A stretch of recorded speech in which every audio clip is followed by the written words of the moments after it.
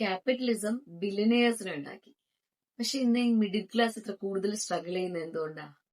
Capitalism ഒരു success ആയിരുന്നെങ്കിൽ ഇന്നത്തെ എഡ്യൂക്കേറ്റഡ് യൂത്തിന്റെ ജോബ് ഇത്ര ഇൻസെക്യൂർ ആവാൻ കാരണം എന്താ? ക്യാപിറ്റലിസം അതൊരു എക്കണോമിക് സിസ്റ്റം ആണ്, നമുക്കറിയാം. റിസോഴ്സസ് പ്രൈവറ്റ് ഓണർഷിപ്പിലായിരിക്കും, പ്രൈസ് ഡിസൈഡ് ചെയ്യുന്ന മാർക്കറ്റ് ആയിരിക്കും, പ്രോഫിറ്റബിലിറ്റി മെയിൻ ഒബ്ജക്റ്റീവ് ആണ്. ആഡം സ്മിത്ത് ബിലീവ് ചെയ്തത് self interest lead to societal interest എന്നാണ്. അതായത് ഓരോരുത്തരും സ്വന്തം ബെനിഫിറ്റ് നോക്കുമ്പോൾ അത് സൊസൈറ്റിക്ക് കൂടി ബെനിഫിറ്റ് ആവണമെന്നാണ്.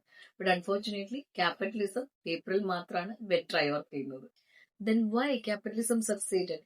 അത് ഇന്നോവേഷനെ റിവാർഡ് ചെയ്തു, എഫിഷ്യൻസി എൻകറേജ് ചെയ്തു, റിസ്ക് എടുക്കുന്നവരെ സപ്പോർട്ട് ചെയ്തു, ഇൻഡസ്ട്രീസ് ക്രിയേറ്റ് ചെയ്തു, ജോബ് ക്രിയേറ്റ് ചെയ്തു, ഗ്ലോബൽ ട്രേഡിനും ഗ്രോത്ത് ഉണ്ടായി.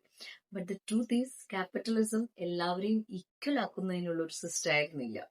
ഈ 21st സെഞ്ചുറിയിൽ നമ്മൾ കൂടുതലും കണ്ടത് inequality and corporate dominance. Big companies മാർക്കറ്റിനെ ഡൊമിനേറ്റ് ചെയ്യുന്നു, സ്മോൾ കമ്പനീസ് വാനിഷ് ആകുന്നു.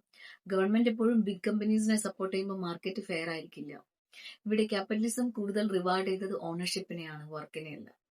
അതുകൊണ്ട് തന്നെ ഈ മിഡിൽ ക്ലാസ് പീപ്പിളിന്റെ ഇൻകത്തിന്റെ ഗ്രോത്ത് സ്ലോവിലും എക്സ്പെൻസിന്റെ ഗ്രോത്ത് ഫാസ്റ്റിലും ആയിരിക്കും. ഏത് ഫീൽഡിലായിരുന്നു, ഹെൽത്ത് കെയർ, എഡ്യൂക്കേഷൻ, ഹൗസിംഗ്, എല്ലാ ഫീൽഡിലും എക്സ്പെൻസ് കൂടുതലായിരിക്കും. സോ ക്യാപിറ്റലിസം പ്രോഫിറ്റിനെ മാത്രമല്ല പീപ്പിളിനെ കൂടി സെർവ് ചെയ്യുന്നതായിരിക്കണം.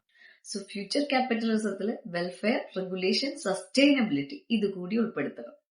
സോ ക്യാപിറ്റലിസം ഫെയിൽ ആയി എന്നല്ല പറയുന്നത്, അവർ version of capitalism is outdated. So capitalism replace ചെയ്യണോ, റീഫോം ചെയ്യണോ? You can comment.